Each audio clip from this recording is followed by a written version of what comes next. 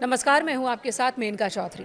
बात करेंगे अफगानिस्तान और पाकिस्तान की, भारत के दो पड़ोसी मुल्क जिनके बीच तनातनी इस वक्त चरम पर है। फिलहाल उनके बीच सीज फायर का ऐलान है, शांति समझौता है, लेकिन कब तक, ये डर बना हुआ है और इस डर की पुख्ता वजह भी है। वजह क्या है ये आपको बताएंगे। दरअसल जो समझौता हुआ दोहा में, वो समझौता ही अपने आप में आधा अधूरा है।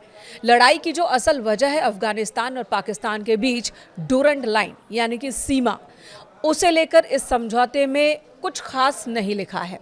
साफ साफ कुछ भी नहीं लिखा है। और क्यों जानकार कह रहे हैं कि ये समझौता ही रास्ता देता है कि अफगानिस्तान और पाकिस्तान के बीच इस वक्त जो समझौता है, शांति है, वो कभी भी ख़त्म की जा सकती है। इस पर बात करेंगे, लेकिन आपको बता दें, इधर अफगानिस्तान की ओर से लगातार पाकिस्तान को चेतावनी दी जा रही है और अफगानिस्तान याद दिला रहा है कि देखिए, हमें भड़काइए मत। हमें भड़काने से पहले, तालिबानियों को, अफगानियों को उकसाने से पहले इतिहास पर नजर डाल लीजिए। अफगान के विदेश मंत्री, जो कि भारत में लंबे वक्त तक दौरे पर रहे, उन्होंने पाकिस्तानियों को चेताया है कि अफगानिस्तान को उकसाने से पहले आप रूस से ज़रूर बात कर लीजिएगा, सोवियत रूस से। आप ब्रिटेन से भी बात कर लीजिएगा, आप अमेरिका से भी बात कर लीजिएगा और आप नेटो से भी बात कर लीजिएगा कि अफगानिस्तान पर जिन जिन ने अटैक किया या अफगानिस्तान पर काबू पाने की कोशिश की, उनका हश्र क्या हुआ, अंजाम क्या हुआ। तो इस तरह से अफगानिस्तान, तालिबान पाकिस्तान को धमका रहा है और चेतावनी दे रहा है। इधर अफगानिस्तान के तालिबान सेना के चीफ ऑफ स्टाफ फजीहुद्दीन फितरत ने भी चेतावनी दी और उन्होंने कहा कि अगर पाकिस्तान फिर से हमला करता है तो इस बार वो जड़ से मिट जाएगा। कतर समझौते के दौरान दोनों देशों ने एक दूसरे की सीमा और संप्रभुता का सम्मान करने की बात कही, लेकिन पाकिस्तान ने जब कहा कि तालिबान के साथ डूरंट लाइन पर बात हुई है, तो तालिबान ने उसे तुरंत झूठा करार दे दिया। देखिए, पाकिस्तान कह रहा था कि समझौते में डूरंट लाइन भी शामिल है और वहां पर शांति बनाए रखना दोनों देशों के लिए ज़रूरी है। समझौते के तहत दोनों देश मजबूर हैं कि उन्हें शांति वहां रखनी होगी और सीज फायर का उल्लंघन नहीं करना होगा। लेकिन यहां पर पाकिस्तान एक बार फिर झूठ बोल गया। दरअसल जो समझौता हुआ है, कतर की तरफ से जो प्रेस रिलीज जारी की गई है, उसमें डूरंट लाइन की कोई चर्चा ही नहीं है। यानी कि जो असल वजह है लड़ाई की, उस पर कोई समझौता नहीं हुआ, उस पर कोई बातचीत नहीं हुई है। भले ही पाकिस्तान कह रहा हो कि हमने वहाँ समझौता कर लिया है, जैसा कि पाकिस्तान भारत को लेकर भी कई जगहों पर झूठ बोलता रहा है। पाकिस्तान और तालिबान में शांति समझौता कब तक टिकेगा? अब जानकार यही सवाल उठा रहे हैं, कह रहे हैं कि कब तक ये शांति है? तनाव तो है, लेकिन कभी भी शांति भी टूट सकती है और फिर से सीज फायर हो सकता है और फिर से सीज फायर का उल्लंघन हो सकता है और एक दूसरे पर अटैक ये कर सकते हैं। डूरंट लाइन पर कोई बात हुई ही नहीं है। क्या ये युद्ध विराम सिर्फ कुछ वक्त के लिए है? संघर्ष के असली कारण पर अब भी कोई बातचीत नहीं हो पाई है। सीमा पर लेकर अविश्वास और वैचारिक मतभेद, राजनीतिक हितों के टकराव की स्थिति अब भी बनी हुई है और बहुत ही नाजुक स्थिति में बनी हुई है। पाकिस्तान और तालिबान में शांति संभव ही नहीं है, ये जानकार कह रहे हैं कि संघर्ष की वजह इतनी ज़्यादा मजबूत है और इतनी ज़्यादा वजह इन दोनों के पास कि उसे ख़त्म करना मुश्किल है। इन्हीं वजहों में से एक वजह है अफगान तालिबान पाकिस्तान यानी कि TTP, जिसकी बात पाकिस्तान बार बार कह रहा है और कह रहा है कि TTP ने पाकिस्तान को परेशान कर रखा है और हम TTP का खात्मा चाहते हैं। दरअसल TTP को जन्म देने वाला पाकिस्तान ही है।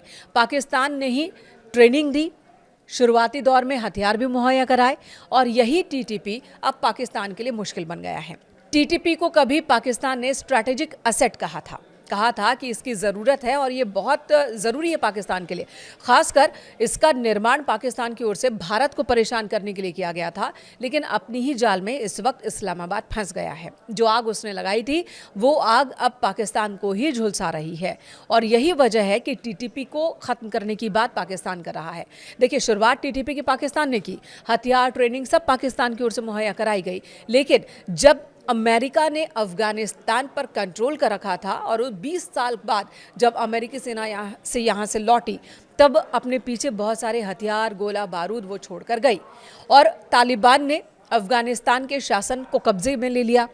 हथियार उसे मिल गए अमेरिका के छोड़े हुए, जिसका इस्तेमाल अब कर रहे हैं तालिबानी लड़ाके। और ये पहले से कहीं ज़्यादा मजबूत हो गए हैं और जिन्होंने इसका निर्माण किया यानी कि पाकिस्तान, उनके लिए ही ये अब काल बन गए हैं। वहीं अफगानिस्तान के विदेश मंत्री कह रहे हैं पाकिस्तान को कि देखिए, जब 1919 में ब्रिटेन ने कोशिश की थी अफगानिस्तान पर कब्जा करने की, तो ब्रिटेन को यहाँ पर नाकामी मिली थी।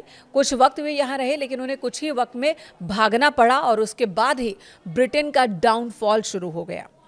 फिर सोवियत रूस की बात आती है। सोवियत रूस ने भी अफगानिस्तान को अपने कब्जे में लेने की कोशिश की थी, वो भी तब जब वो सबसे मजबूत स्थिति में था। लेकिन अफगानिस्तान में रहने के दौरान 10 साल तक अफगानियों से युद्ध करने के बाद सोवियत रूस के सेनाओं को भी यहाँ से जाना पड़ा। नतीजा क्या हुआ? सोवियत रूस का विघटन होने लगा और उनके लिए भी अफगानिस्तान कब्रिस्तान की तरह साबित हुआ। अमेरिका ने फिर अफगानिस्तान पर कब्जा करने की कोशिश की, यानी कि यहाँ पर जो काम है उसमें हस्तक्षेप की करने की कोशिश की और 20 साल तक अमेरिकी सेना अफगानिस्तान में डटे रहे, अफगानी तालिबान से लड़ते रहे। लेकिन नतीजा क्या हुआ? 20 साल बाद जो बाइडेन की सरकार आई और उन्होंने अमेरिकी सैनिकों को वापस बुला लिया, जिसे लेकर बहुत विरोध भी हुआ था। लेकिन जो बाइडेन का कहना था कि अफगानिस्तान में जब अफगानी ही तालिबान से नहीं लड़ना चाहते तो अमेरिकी सैनिकों की हम जान क्यों दें। लाखों अमेरिकी सैनिकों की मौत हुई, लेकिन अमेरिका को कुछ मिला नहीं। अफगानिस्तान में कुछ भी हासिल नहीं कर पाया अमेरिका और उसे लौट जाना पड़ा, मुंह की खानी पड़ी, अपने हथियारों को छोड़कर उसे जाना पड़ा। और यही वजह की जानकार अफगानिस्तान को कई साम्राज्यों का कब्रिस्तान भी कहते हैं। और यही बात अफगानिस्तान के विदेश मंत्री और उनके सेना प्रमुख भी कह रहे हैं, पाकिस्तान को चेता रहे हैं कि यहाँ हमसे भिड़ने की आप कोशिश मत कीजिए। अगर दोबारा हमें उकसाया तो ख़त्म कर देंगे आपको। पाकिस्तान का नामो निशान ख़त्म हो जाएगा।